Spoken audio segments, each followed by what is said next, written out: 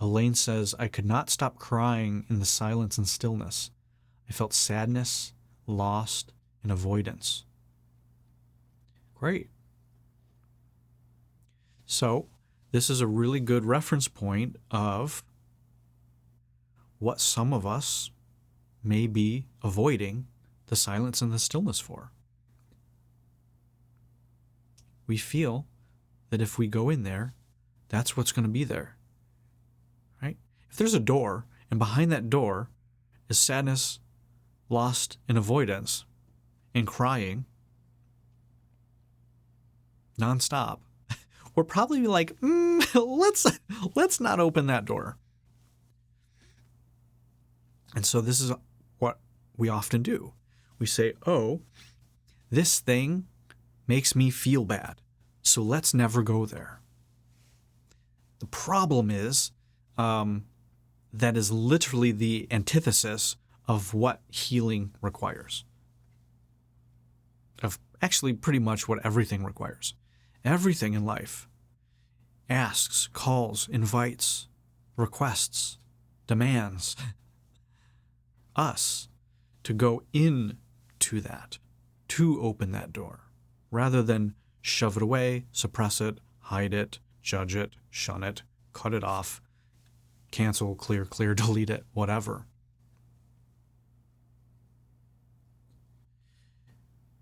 And we think that going into those doors is going to hurt us because of all of that pain and stuff that happens when we go there. But it's momentarily, it's temporary. It's not the ultimate reality of what happens when you go in that door. Because if you've locked that door for 40 years of your life, and behind that door is heartache, sorrow, sadness, fear, rejection, abandonment, and after 40 years, you open that door and go into it, that is an act of self-love, even though it's probably going to feel awful for a while. You are meeting yourself.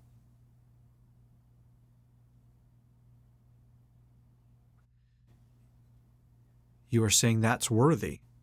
That part of you deserves to be seen. It deserves time. It deserves attention. It deserves and is worthy of being visited. Imagine, I might cry a little bit. Imagine being in a hallway with 100 doors, and you're in one of the rooms, and you hear every day for 40 years people walking by, laughing, crying, yelling, doors opening, doors closing. You're hearing all of these people and all these doors being opened and closed and going in and out. But for 40 years, nobody knocks on your door. Nobody opens your door. And you're in your room, and you're in that darkness, festering, decaying. This is your shadow.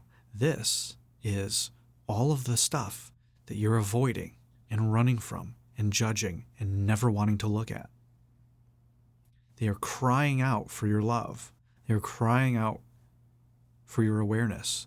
They're crying out to be heard, to be seen. And what do? Say, nope, ain't gonna do that. Bye-bye. No thanks. Let's.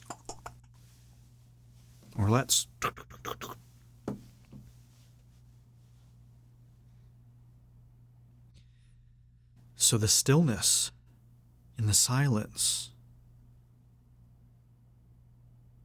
helps you see which of these doors haven't been opened in decades. And they bring it to your attention. Oh, you're quiet. You're not drinking. You're not running. You're not freaking out. You're not panicking. You're not overwhelmed. You're not stressed. You're not hypervigilance. Oh, remember me? Little girl? Little boy? Remember me, your dreams? Remember me, your traumas? Let's play. Doesn't feel like play.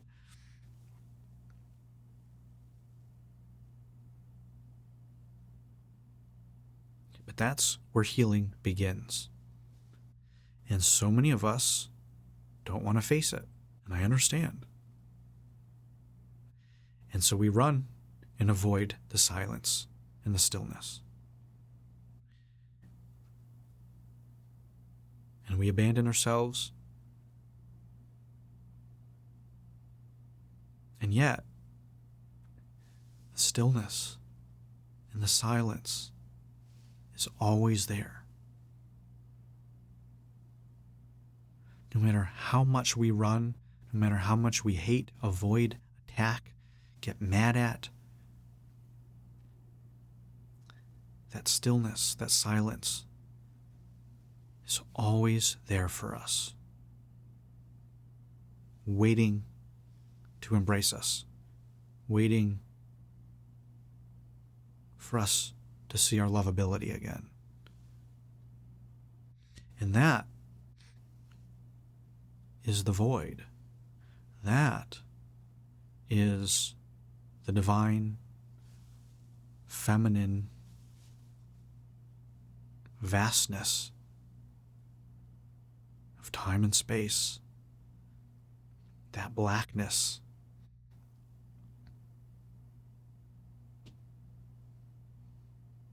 It surrounds everything. That's Om. Om. Four consonant sound. A, U, M.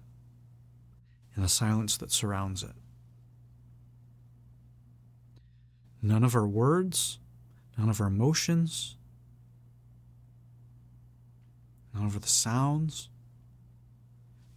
none of the sights, none of it means anything without emptiness, without space, without silence, without the backdrop of stillness.